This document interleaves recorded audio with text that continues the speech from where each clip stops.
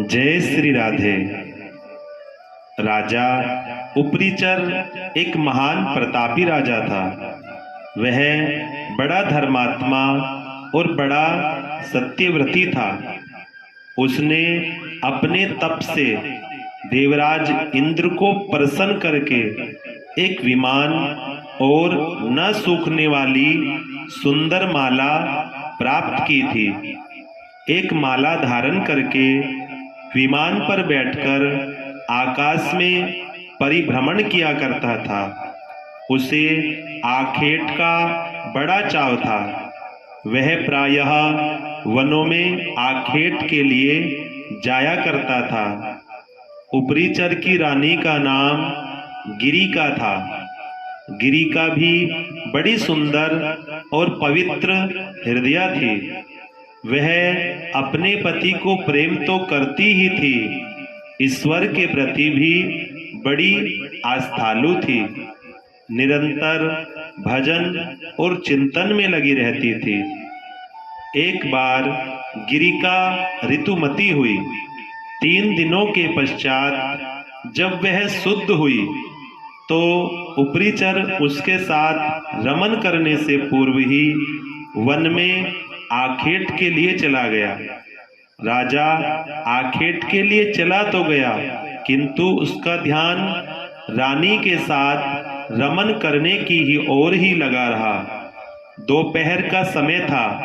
राजा one में एक अशोक वृक्ष के नीचे बैठा हुआ था।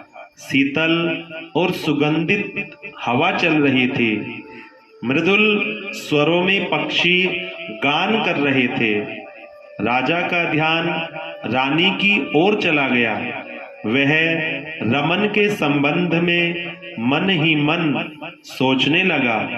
राजा कामातुर हो उठा और उसका वीर्य स्खलित हो गया।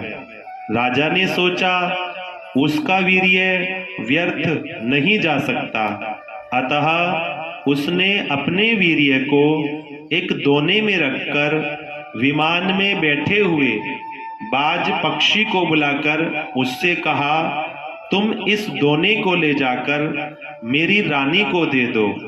वह इसे अपने गर्भ में धारण कर लेगी।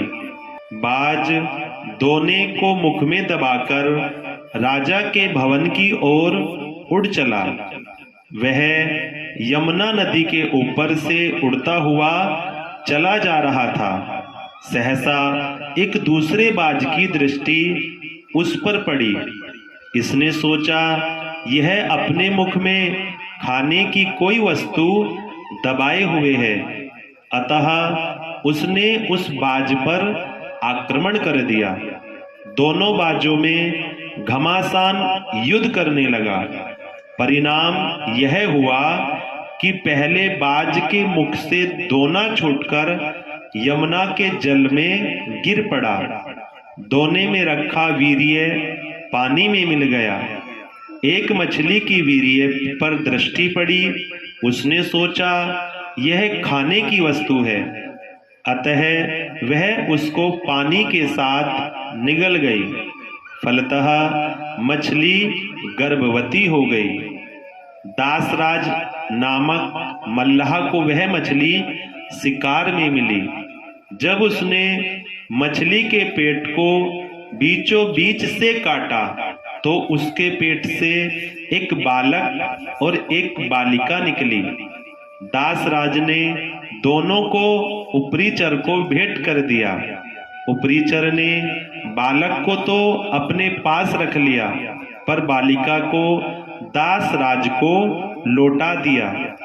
दासराज उस बालिका को अपने घर ले जाकर उसका पालन पोषण करने लगा। दासराज ने बालिका का नाम सत्यवती रखा।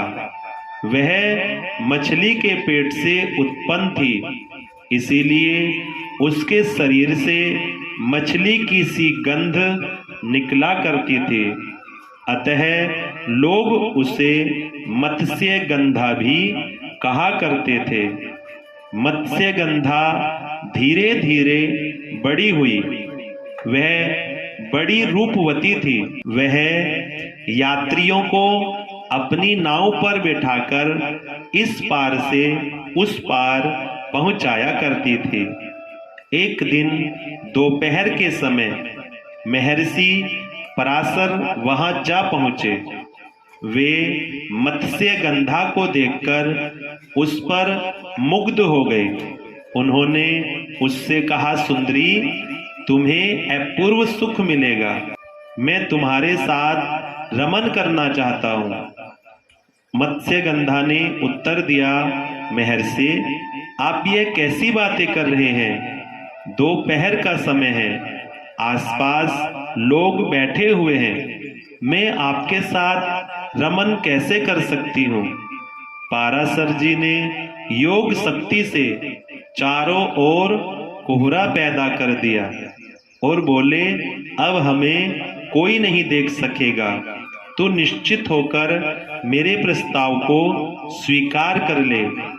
मत्स्यगंधा पुनः बोल उठी, महर्षि, मैं कुमारी हूँ, पिता की आज्ञा के अधीन हूँ।